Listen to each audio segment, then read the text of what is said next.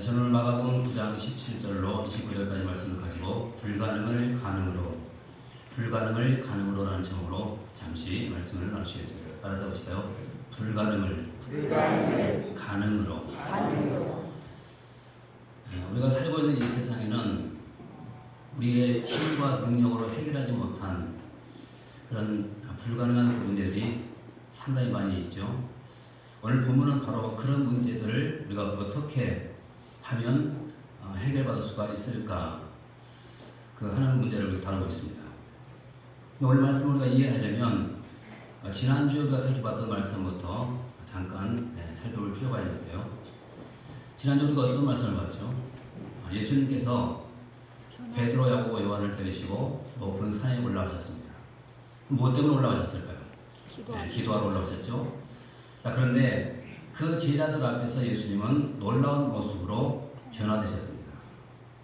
그리고는 구약의 두 사람을 만나게 되죠. 누굽니까? 모세와 엘리야를 만났습니다.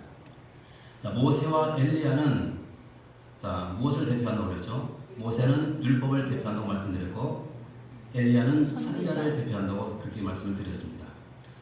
그런데 그 모습을 보면서 베드로가 이 잠에서 깨어나서 그 모습을 보고는 헛소리를 하기 시작하죠. 뭐라고 헛소리를 했습니까? 이곳에 초막 셋을 짓고 살았으면 좋겠습니다. 이런 엉뚱한 말을 합니다. 근데 바로 그때 하늘에서 음성이 들려와요. 내 사랑하는 아들이요 너희들은 그의 말을 들으라. 그런데 그 순간 보니까 모세도 엘리야도 다 사라져 버렸습니다. 여기는 중요한 메시지가 있죠.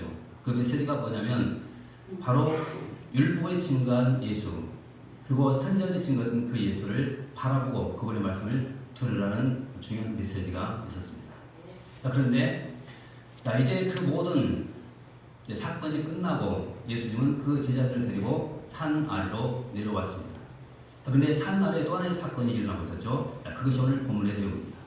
어떤 사건이 있었을까요? 한 아버지가 자신의 아들을 데리고 제자들을 찾아왔는데 그 아들은 귀신 들렸고 그 귀신 들린 것 때문에 귀도 먹고 말도 못하고 또 간질까지 발생하게 됐습니다. 그런데 이 문제를 가지고 지금 제자들을 찾아온 것입니다. 그런데 아시는 것처럼 제자들은 고쳤습니까? 못 고쳤습니까? 못 고쳤죠. 결국 산에서 내려오신 예수님께서 그 모습을 보시고 그 아들을 깨끗하게 고쳐주셨다는 것이 바로 오늘 본문의 내용입니다. 그런데 여러분 보십시오. 귀신 들려서 귀도 먹고 말도 못하고 간질까지 걸렸습니다. 그 당시 의술로는 도저히 고칠 수 없는 난치병입니다. 그런데 그 난치병 환자가 주님을 만남으로 인해서 깨끗하게 고침을 받았다는 거예요.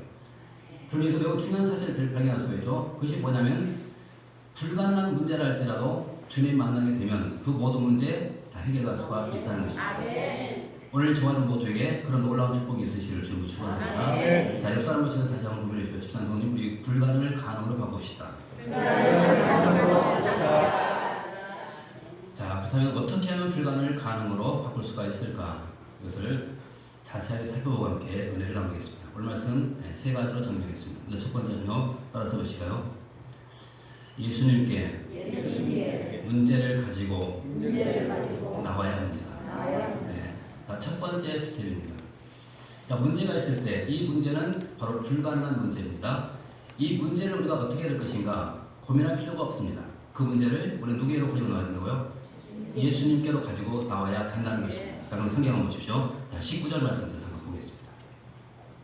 19절입니다. 시작. 대답하여 이르시되 믿음이 없는 세대여 내가 얼마나 너희에게 참으려 그를 내게로 데려오라. 한 번째 말씀을 주목해 보십시오. 대답하여 이르시되 믿음이 없는 세대여 내가 얼마나 너희와 함께 있으며 얼마나 너희에게 참으려. 그 다음 보십시오. 그를 누구에게로요? 내게로 데려오라. 지금 19절 말씀에서 분명히 예수님께서 말씀하죠. 그를 내게로 데려오라는 것입니다. 근데 여러분 여기서 그가 누굽니까? 난치병 환자죠. 지금 이 문제는 사람의 힘으로는 도저히 해결할 수 없는 문제입니다. 그런데 그런 문제까지도 주님께서 뭐라고 말씀하면 내게로 가지고 와라. 자, 이렇게 말씀하셨습니다. 내게로 가지고 와라.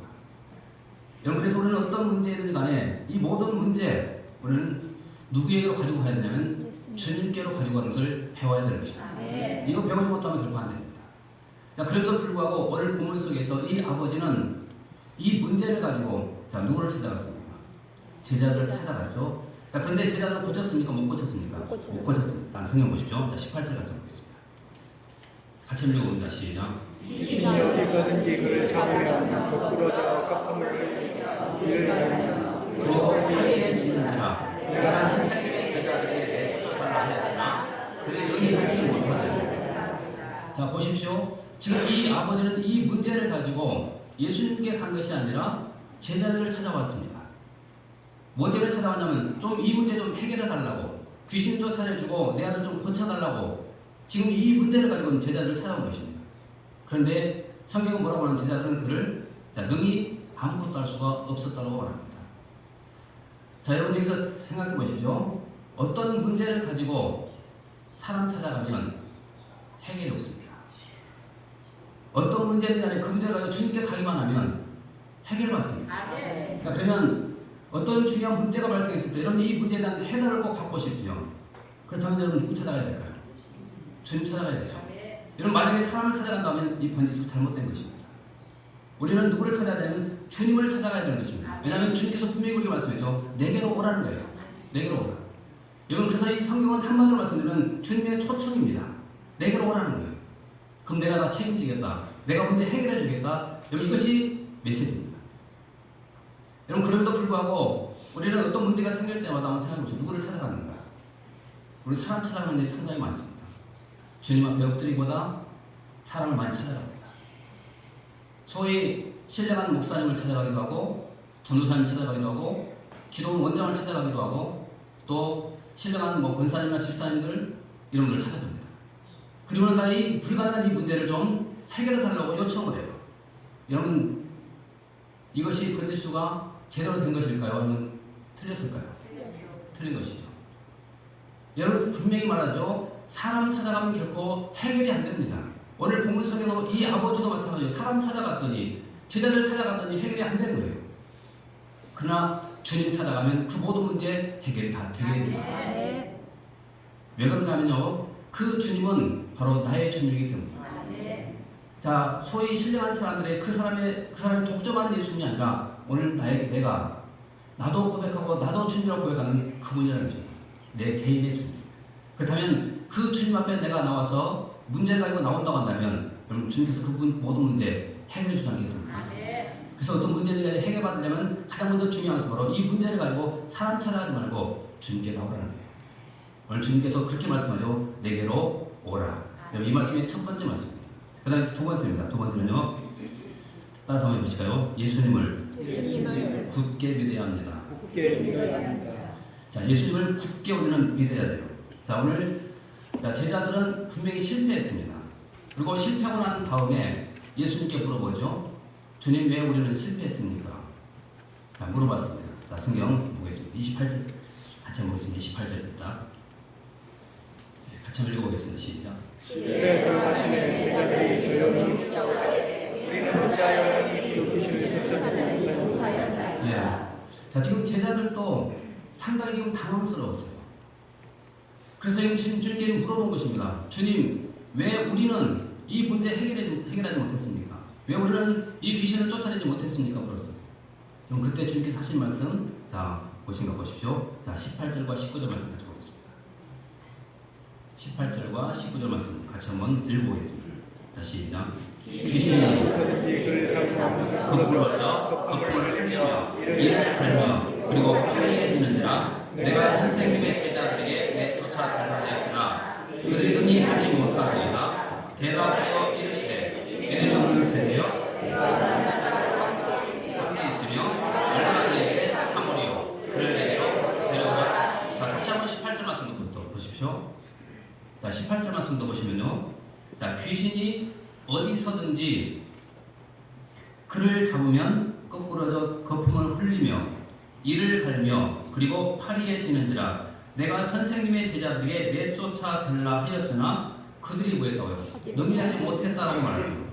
그런데 능히하지 못한 그 원인이 과연 무엇인가? 19절 말씀에 기록되어 있습니다. 19절 말씀 다시 보십시오. 자, 대답하여 이르시되 믿음이 없는 세대예요. 이것이 원인입니다. 한마디로 말씀드리면 믿음이 없었기 때문에 이런 기적의 도구로 쓰임받지 못하는 것입니다. 믿음이 없는 세대예요. 이것 때문에. 여러분, 오늘날 많은 사람들이 어떤 문제를 가지고 큰 기적을 체험하지 못한 그 원인이 뭔지 아십니까? 한마디로 말씀드리면 믿음이 없기 때문입니다. 믿음이 없기 때문에. 내가 믿음만 가지고 있다고 하면 분명히 되는데 이 믿음이 없기 때문에 우리가 기적을 체험하지 못하고 우리가 주님 앞에 쓰임받지 못하는 것입니다. 중요한 것은 믿음입니다. 근데 또 하나가 있습니다. 오늘 본문과 똑같은 사건이 기록된 것이 마태복음에도 기록되어 있는데요. 마태복음 17장에도 보시면은 이 말씀이 약간 좀 다르게 기록이 되어 있어요. 자, 마태복음 17장에서는 어떻게 말하고 있는지 한번 보십시오. 자, 17장 17절에서부터 20절까지 말씀 좀 읽어보시겠습니다. 자, 같이 한번 읽어보십시오. 자, 여기서 뭐라고 합니까? 시작. 예수께서 대답하여 이르시되 믿음이 없고 패역한 세대여 내가 얼마나 너희와 함께 자, 지금 이 말씀은 그 당시 이제 주위에 있는 사람들을 향해서 지금 하시는 말씀이에요. 예수께서 대답하여 이르시되 믿음이 없고 패역한 세대여라고 말합니다. 지금 믿음이 없고 패역한 세대라고 하는 것은 지금 주님을 믿지 않는 그런 모든 자들 향해서 지금 그렇게 말하고 있습니다. 따르고는 있지만 믿지 않는 자들 말합니다. 자, 그런데 주님의 제자들을 향해서는 조금 다르게 말합니다. 계속 읽어보시죠. 내가 얼마나 너희와 함께 있으며 얼마나 너희에게 참으리요 그를 이리로 데려오라 하시니라. 18절. 꾸짖으시니 귀신이 나가고 아이가 그때부터 나오니라. 19절. 이때 제자들이 조용히 예수께 나와 이르되 우리는 어찌하여 쫓아내지 못했습니까? 자, 그렇습니다. 어찌하여 우리는 쫓아내지 못했습니까? 그때 20절 말씀에 주님의 대답 들어보십시오. 시작. 까닭이니라. 만일 너희에게 믿음이 깨닫이 하나님 만큼만 있어도 이 산을 명하여 여기서 저기로 옮겨지라 하면 옮겨질 것이요 또 너희가 못할 것이. 자, 보십시오. 지금 여기서는 제자들에게 지금 뭐라고 말했습니까? 왜 우리는 하지 못했습니까? 하고 질문을 던졌을 때 예수님께서 뭐라고 말씀했죠? 20절 말씀에 이르시되 너희 믿음이 없다고 그랬습니까? 작다고 그랬습니까? 작은 까닭이다. 자, 그럼 보십시오. 기적을 체험하지 못한 그 원인 첫 번째는 믿음이 없기 때문입니다. 그리고 또 하나 믿음이 작기 때문입니다. 이것 때문에 우리가 기적을 체험할 수가 없습니다. 그래서 성경은 뭐라고 하냐면 우리로 하여금 믿음을 가지라고 우리에게 권면합니다. 성경 보십시오. 오늘 다시 본문 23절 말씀 같이 한번 읽어보겠습니다. 23절 같이 한번 읽어봅니다. 시작. 예수께서 할수 있거든요. 무슨 말이냐 믿는 자에게는 이해하지 못하니. 자, 중요한 말씀 기록되어 있죠. 자, 그래서 뭐라고 말합니까? 지금 믿음이 없거나 믿음이 작게 되면 우리는 아무것도 할 수 없고 기적도 체험하지 못합니다. 그래서 23절 말씀에서 이렇게 말하죠. 예수께서 이르시되 할 수 있거든요. 무슨 말이냐? 믿는 자에게는 능히 하지 못할 일이 없다. 믿으면 된다는 거예요. 믿음이. 그래서 믿음만 있으면 우리는 분명히 기적을 체험하게 되고 불가능을 가능으로 바꾸는 그런 위대한 우리가 도구로 사용될 수가 있는 것입니다. 중요한 것은 믿음입니다. 그런데 믿음을 말할 때마다 우리가 오해하기 쉬운 것이 하나 있습니다. 그것이 뭐냐면 이 믿음이 어떤 믿음이냐 하는 것입니다. 어떤 믿음. 다시 말하면 내가 지금 믿고 있다고 말하는데 내가 지금 믿음을 갖고 있다고 말하는데 과연 이 믿음은 과연 어떤 믿음이고 내가 누구를 믿느냐 하는 것입니다. 여기 기독교의 믿음의 대상은 누굴까요? 예수님. 기독교의 믿음의 대상. 예수님. 자, 제가 질문 한번 던져볼게요. 야, 하나님을 믿어야 될까요? 아니면 예수님을 믿어야 될까요? 예수님. 하나님은 그럼 안 믿어도 되겠습니다.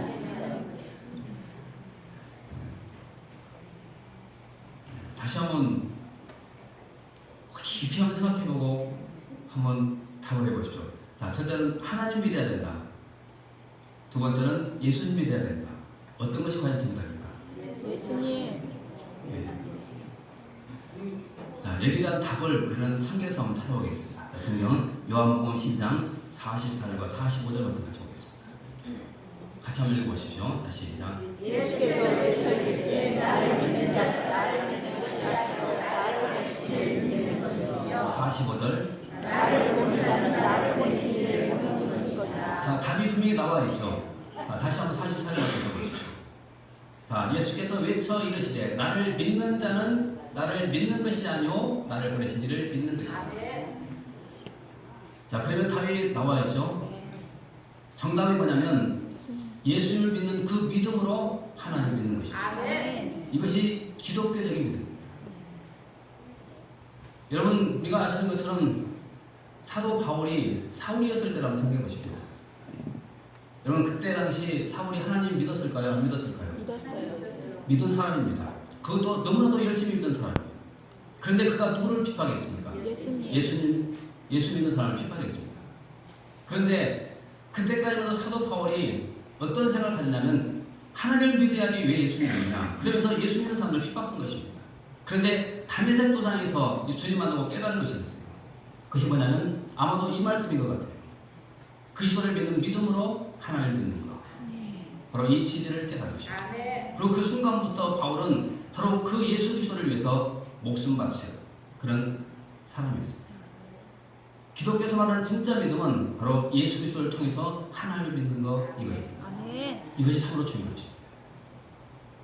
그런데 우리가 믿음을 말할 때마다 또 실수할 수 있는 또 하나의 중요한 것이 하나 있는데요. 그것이 뭐냐면 내가 주님을 믿는다라고 말을 하면서도 때로는 주님을 믿는 것이 아니라 내 자신을 믿을 때가 상당히 많이 있더라는 것입니다. 내 자신을. 오늘 제자들이 바로 그런 모습이었습니다. 지금 제자들이 어떤 난치병 환자를 지금 고쳐야 되는데 지금 고치지를 못했죠. 여러분, 왜 고치지 못했냐면 한마디로 말씀드리면 예수를 믿는다고 하면서도 그들은 자신을 믿었기 때문입니다. 우리가 어떻게 할 수 있냐면 이 사건을 우리가 보면 알 수가 있을 것입니다. 예수님께서 제자들에게 70명의 제자들에게 권능을 주셨습니다. 그리고 둘씩 짝을 지어서 파송을 했죠. 근데 그들이 나가서 복음을 증거할 때 여러분 어떤 일이 벌어졌습니까? 놀라운 일이 벌어졌습니다. 여러분, 그들 앞에는 어떤 장애물도 없었습니다. 주님의 이름으로 나아갈 때 문제는 떠나가고 귀신도 다 떠나가고 또 모든 병들자는 다 고침받고 아주 엄청난 역사가 나타났습니다. 심지어 사탄이 떨어지는 것까지도 봤습니다. 여러분, 이런 경험을 우리가 했다고 한다면 그 다음부터 상당히 중요한 일이 발생합니다. 그것이 뭐냐면 내 경험을 의지하게 돼요. 내 경험. 오늘 제자들이 바로 그런 모습이었습니다. 이미 그들은 한번 놀라운 경험을 했습니다. 지금 손을 대기만 하면 귀신들이 떠나갔습니다. 그런데 지금 그 제자들 앞에 지금 누가 찾아가냐면 귀신 들린 자가 된 거예요. 그러면 여러분, 그 경험이 기억이 날까요, 안 날까요? 나죠. 그래서 자연스럽게 그들은 그 과거의 경험을 가지고 그 귀신 들린 자에게 지금 손을 놓고 한번 선포해 보는 것입니다. 주님의 이름으로. 그런데 아무 역사가 나타나잖아요. 여러분, 왜 역사가 나타나지 않을까요? 한마디로 말씀드리면 믿지 않고 바로 경험만 의지하고 선포했기 때문에 그런 것입니다. 여러분, 이러면 결코 우리는 기적을 체험할 수가 없습니다. 그래서 중요한 것은 내가 주님을 더욱더 신뢰하고 더 큰 믿음을 우리가 가지고 나아갈 때 우리는 기적의 도구로서 맡게 되는 것입니다. 중요한 것은 내가 얼마만큼 주님을 의지하고 살아가는가, 이것이 중요합니다. 우리 옆 사람 보시면 집사님, 성도님, 우리 주님을 크게 굳게 우리가 의지하며 살아갑시다. 두 번째입니다. 주님을 굳게 믿으십시오. 그러면 반드시 우리는 큰 기적을 체험하게 될 줄 믿습니다. 그 다음에 세 번째입니다. 따라서 한번 해주실까요? 예수님께 기도해야 합니다. 네. 우리가 분명히 불가능을 가능으로 바꾸려면 첫 번째가 뭐냐면 문제가 있을 때 누구로 가지고 오라고요? 주님께로 가지고 오라고. 이거 배워야 되죠. 그 다음에 두 번째는 주님을 우리가 굳게 믿어야만 됩니다. 그분이 내 문제를 해결해 주실 분으로 우리가 믿어야 됩니다. 그런데 그분을 믿고 신뢰하는 데 가장 중요한 방편이 있다고 한다면 뭐가 있을까요? 그것이 바로 기도입니다. 기도. 여러분, 기도는 한마디로 말씀드리면 주님을 더욱더 의지하게 하는 도구입니다. 이것이 기도입니다. 다시 말하면 기도하는 사람은 주님을 의지하게 되어 있지만 네. 기도하지 않는 사람은 주님을 의지하지 않습니다. 기도해 보십시오. 그럼 여러분 더 주님을 의지하게 되고 우리는 분명히 은혜를 체험하게 되어 있습니다. 네. 그런데 그 기도 가운데 가장 강력한 기도가 있다고 하면 여러분 뭐가 있을까요? 그것이 금식 기도입니다. 그것이 금식 기도. 여러분 이것만큼 강력한 기도 없습니다. 오늘 말씀을 잠깐 주목해 보십시오. 오늘 말씀 28절과 29절 말씀 잠깐 보겠습니다. 28절과 29절 같이 한번 읽어보겠습니다. 시작. 집에 들어가시매 제자들이 조용히 묻자오되 우리는 어찌하여 능히 그 귀신을 쫓아내지 못하였나이까? 이르시되 기도 외에 다른 것으로는 이런 종류가 나갈 수 없느니라. 자, 28절과 29절 말씀 보시면요. 자, 지금 제자들이 물었죠. 그랬더니 29절 말씀에서 뭐라고 말씀하냐면 이르시되 기도 외에 다른 것으로는 이런 종류가 나갈 수가 없다라고 합니다. 기도해야지만 이런 능력이 나가고 기도해야지만 우리가 기적을 체험할 수가 있다는 것입니다. 자, 그런데 마태복음 17장에 가서 보시면 약간 좀 다르게 설명이 되어 있습니다. 자, 마태복음 17장 21절 말씀 같이 한번 보겠습니다. 마태복음 17장 21절. 자, 시작. 자, 시작. 자, 없습니다. 그래서 찾아봐야 됩니다. 자, 마태복음 17장 21절로 가서 보겠습니다.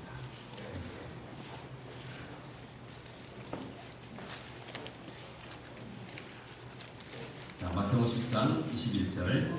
자, 없음이죠? 예, 없습니다. 우리 방송실에서 너무나도 잘했습니다. 나 저거 빼버리면 어떡할까? 근데 없음. 예. 분명히 기록되어 있으니까 이것도 맞는 말이죠. 없습니다. 자, 그런데 자, 난해주를 보십시오. 난해주. 그 밑으로 내려가서 보시면 그 난해주가 있는데, 자, 난해주의 숫자 2번 어떻게 되는가 보십시오. 같이 한번 읽어보겠습니다. 시작. 21절. 기도와 금식이 아니면 이런 주가 나가지 아니하느니라. 자, 지금 없음이라고 되어 있지만 난해주를 보면 지금 이렇게 기록되어 있죠. 기도와 또 뭐가 하나 또 강조가 되어 있죠.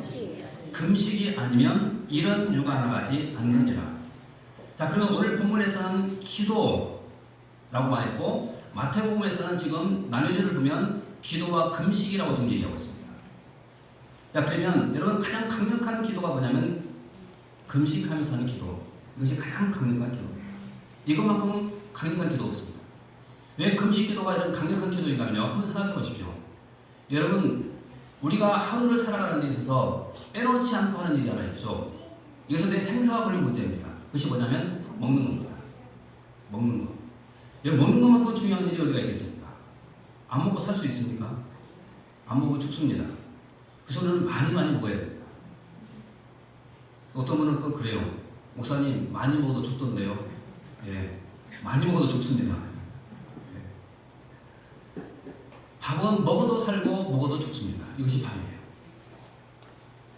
왜냐하면 연세가 많으신 분들 보십시오. 평생도록 밥을 드셨습니다. 근데 결국 돌아가시더라고요. 그러니까 많이 먹어도 죽고 안 먹어도 죽고. 그런데 보십시오. 자, 이 먹는 것은 그만큼 중요한 것입니다. 내가 살아가는데. 그런데 그 먹는 것을 내가 끊었어요. 그리고 주님 앞에 엎드려 기도합니다. 여러분 이것이 금식 기도죠. 근데 이 금식 기도는 한마디로 말하면 이런 내용입니다. 주님, 내가 살아가는데 가장 필요한 이 음식, 내가 이거 끊고 이 문제가 더 시급하고 중요하니 이 문제 가지고 지금 주님 앞에 기도하니 응답해 주십시오. 여러분 이것이 금식 기도입니다. 이것만큼 강력한 기도 없습니다. 이것은 아마도 자식을 키워보신 분들 아마 다 알 거예요. 그렇죠? 여러분 밥 굶고 때를 쓰면 부모는 어쩔 수가 없습니다. 우리 막내가 한번 그런 적이 있거든요. 고성에서 목회할 때 장난감을 하나 가지고 있었는데 그거 가지고 싸워요. 그래서 제가 뺏었습니다. 그리고 이제 숨겨놨거든요. 밥을 먹는데 애가 밥을 하는 거예요. 장난감 달라는 거예요. 막내가 밥을 안 먹으니까 여러분 얼마나 가슴이 아픕니까? 그래서 결국 장난감 손에 쥐어주고 밥을 먹였습니다. 여러분 저는 하나님과의 관계도 저는 그렇다고 저는 생각을 합니다.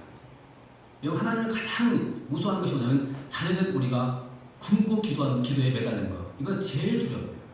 그래서 저는 금식 기도에는 큰 응답이 있고 큰 하나님의 역사가 있습니다.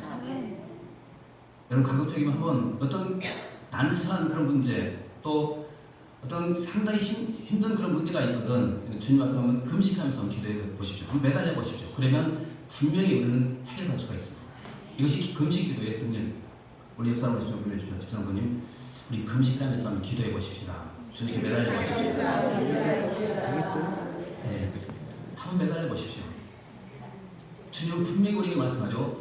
기도와 금식이 아니면 이런 주가 나가지 않는다라고 말하고 있습니다. 기도와 금식, 이것을 우리가 붙들고 주님 앞에 엎드린다고 한다면 하늘문은 열려질 것이고 우리는 놀라운 기적의 주인공이 될 줄 믿습니다. 오늘 말씀 26절과 27절 말씀 같이 한번 읽겠습니다. 같이 읽겠습니다. 시작. 나가니 그 아이가 죽음보다 제되어 많은 사람이 아이를 죽었다. 예수께서 그 손을 잡아 일으키시니 예. 자, 26절과 27절 말씀. 자, 이런 기적을 우리가 체험하려면, 또 이런 문제, 우리가 이런 놀라운 하나님 축복을 누리려면 어떻게 해야 될까요? 자, 저는 문제를 가지고 주님께 나와야 됩니다. 그리고 또 그분을 굳게 우리가 믿어야 됩니다. 그러니까 세 번째, 기도. 다시 말하는 금식하면서 기도하게 될 때 바로 이 기적은 바로 우리의 것이 됩니다. 저희 귀한 축복의 주인공 되시고 남에서 쓰임받는 저런 되시기를 주로 축원합니다. 기도하겠습니다. 은혜가 풍성하신 우리 아버지 감사합니다. 저희를 불러주시고 함께하시고 또 주의 말씀 나누도록 도우시니 감사합니다. 주신 말씀 겸손히 받습니다. 그리고 주님 어떠한 문제든지 그 모든 문제 주님께 가지고 나오는 것을 배우게 도와주시옵고, 또 주님께서만이 이 모든 문제를 해결할 수 있는 분을 굳게 믿을 수 있도록 도와주시고, 기도와 또 금식으로 말미암아 매달려서 우리도 이 모든 기도 경험하게 도와주시고 문제 해결받고 복된 삶을 살아가도록 은총 베풀어 주옵소서. 우리 성도님들 주님 함께해 주셔서 가정의 문제, 자녀들의 모든 문제, 또 육체적인 모든 문제까지도 깨끗하게 해결해 주시고 기적의 주님과 함께 날마다 동행하며 살아가도록 은총 내려 주옵소서. 오늘도 함께 하시고 영광 받아 주신 것 믿고 감사드리며 예수님 거룩하신 이름으로 기도하옵나이다. 아멘. 찬송 함께 부르시겠습니다. 찬송 365장 함께 부르겠습니다.